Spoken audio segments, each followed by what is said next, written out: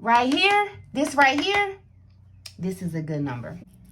Hello guys, my name is Shirria. This is the Shirria Mac channel where I am documenting my journey towards debt freedom in hopes to build wealth, retire early, or become work independent as a married woman paying debt alone. If you are new here, thank you so very much for clicking on this video. And if you are a returning viewer or subscriber, thank you so very much for coming back.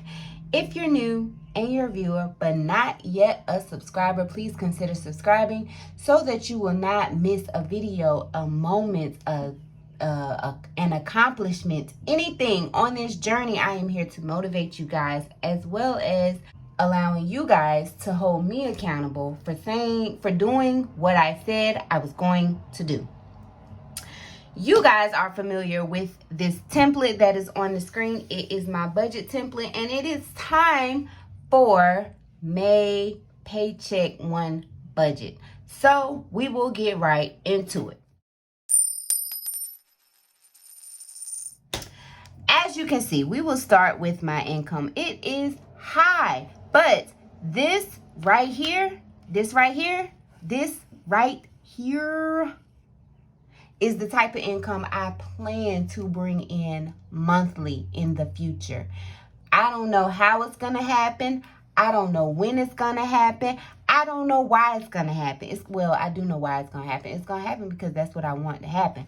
But it's going to happen. I said in another video, I would love for my income to be between $5,000 and $8,000.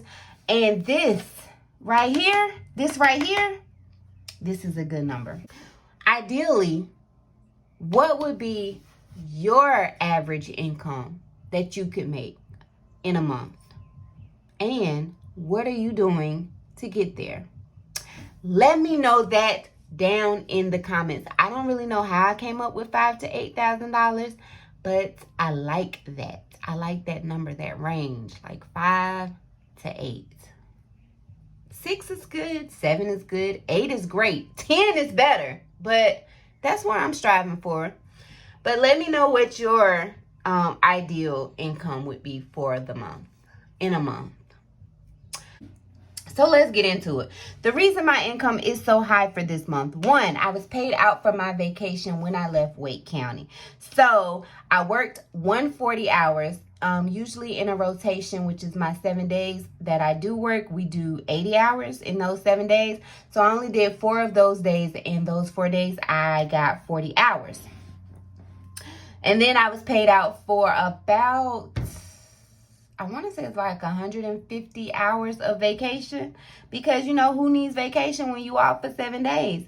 So I got paid out for my vacation. Then I got paid for my other job, and that was $18.2204. Then I got my consulting income, which I keep saying is going to move over into my business income, but it hasn't quite gotten there.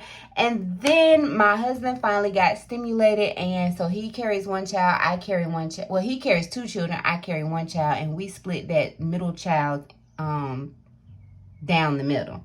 So he got his stimulus payment, and he gave me $700 for my baby boy. That brought my income to $7,352.77. And while I was so excited of what I was going to be able to do with that money, it's not quite going by plan. Anyhow, so we'll jump over here to my savings accounts that are via the banks. I really should add my taxes up here. What do you guys think about that? Should I leave my taxes in my sinking funds, although my account for my taxes is actually a savings account?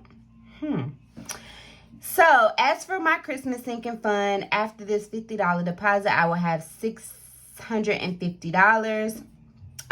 In my personal savings, this is not correct. I will actually have $7,175.64. And in my emergency fund, I am no longer contributing, so that is sitting at $2,051.57. But I did get an interest payment, so I think it's like at $2,052 and some change. As for my debt, my student loans are the focus right now, and I did just document or release a video on the progress I was able to make in April.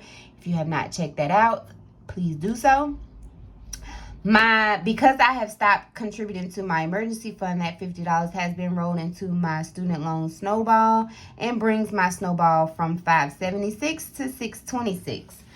As for fixed expenses, the reason you see some writing in here is because these line items have already been funded. And so, in addition, sorry, I have my window up. In addition to my mortgages have come out and Amazon Prime has come out. So has Google Workspace. One of them has come out. So I am still waiting on a couple of line items, but these are my fixed expenses. These are my fixed business expenses. And again, after this month, I do see my business expenses coming out of my business account because there's income in there now. As for my variable expenses, I owed $102 in federal taxes. I thought I owed $76.21 to PayPal, but I actually owed $203 because one of my annual payments was paid by PayPal last year and I need to pay that back. And then we go down here to the sinking and cash envelopes. And you guys, we are only on the 4th day of May and I am already out of budget. For 2 reasons. One, I forgot about my business photo shoots. I needed to have some professional headshots for my business website. So I had to get that. And then I didn't have, well, I thought I had a dress to wear, but I didn't really have anything to wear because the dress was so big, because I have been losing weight, because I am trying to get in shape so I can be beach body ready for the Virgin Islands in July. And the dress was humongous. It like swallowed me. So I ran out and got another dress. Anyhow, so what I am stuffing from my cash envelopes is my gas for $55. And no spending money because I went crazy over here. I got me some Birkenstocks. I got some sandals for the new dress I had to buy. Then I went to Target. I got the dress that I wore in my photo shoot and another little shirt. I actually spent $120 some at Target, but I took $60 some of that stuff back. But then I spent another $27. So I'm working on it, guys. I'm trying to get there. As for dining, I have $38, and that is because yesterday my son had to have emergency surgery, and I was starving, so my daughter bought me Bojangles. That was $7. It was probably like $5, but she kept my change because she do me dirty. And then me and my son, my baby boy, went and got slushy, so that was another $5. So I have to stuff $38, and that's why this is written over here. As for home essentials, I budgeted $60. That probably was not realistic. And we still don't have cleaning supplies. We have a few, but I'm not sure if they'll make it through the month. So I'm thinking like $125, and $125 in grocery is going to be a more realistic number. I did get $13 back in iBolta rewards or rebates or whatever. And if you're not using iBolta, like, you could really come up. That's some, you know, that stuff, it'd be some good stuff up there. So, and my link is in the description box below should you want to hop on the iBolta train. It's a hit and miss for me. Sometimes I rack up and make like $20 some a month, and then sometimes I barely get 15 cents. So, I don't know, hit or miss. Anyway, as for my taxes, I am contributing $270 towards my taxes. Vacation will get stuffed. Medical, I'm not putting anything in my medical envelope because, as you can see, I had my son had to get, when he got his emergency surgery, of course, they prescribed him some medications, and I paid for those out of pocket. I am stuffing my car maintenance. I did put $80 back on the prom, and then I am stuffing my subscriptions. So we will do those calculations when I do my closeout. As for my summary, my income was $7,352.77. My savings was $225. My fixed expenses plus my variable expenses, this is not right because I calculated the $76 to PayPal, not the actual $203. But that was the combination that I had calculated.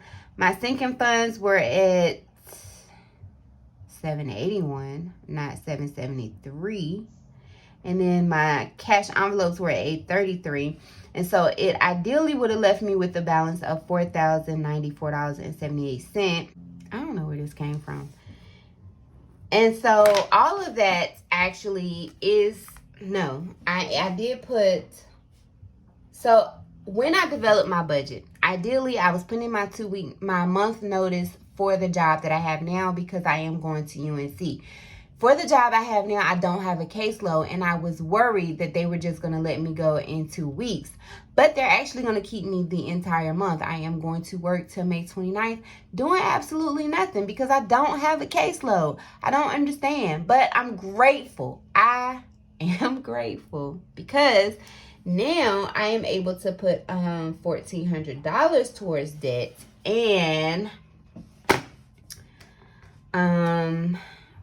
$4,094 minus $1,400, that leaves $2,694. $2,694 is not what I'll be saving because my kids no longer have insurance. And so the premium that I would have to pay for the Cobra extension of insurance, because my son did have to have an emergency surgery and now he has follow-up appointments, is $1,037. So once I subtract $1,037 from this, that leaves me with $1,657, and $1,657 will be going into my savings, or maybe like $15, and then I will put $157 on my student loan debt or my credit card. I don't know, probably my student loan debt, because I love to see those numbers come down. So that is where we are. I am working on it. If you are interested in purchasing this budget template, it is available on my Etsy shop. It is $1.25. It is an instant download, and it comes to you as a Word document so that you can edit it however you want to. I jazz it up a little bit. I change the colors from month to month. However I'm feeling. Blue is my favorite color, so you'll see blue a couple of times, different shades of it. So, but yeah, my Etsy shop is linked below for you to download, favorite, whatever.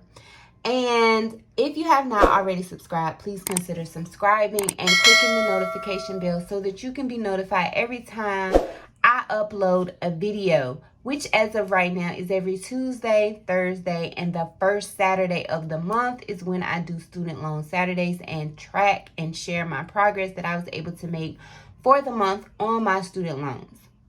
That is it. Thank you so very much for watching, and do remember that the debt-free journey is indeed a journey, not a destination. Bye. Got my nails done. Peace out.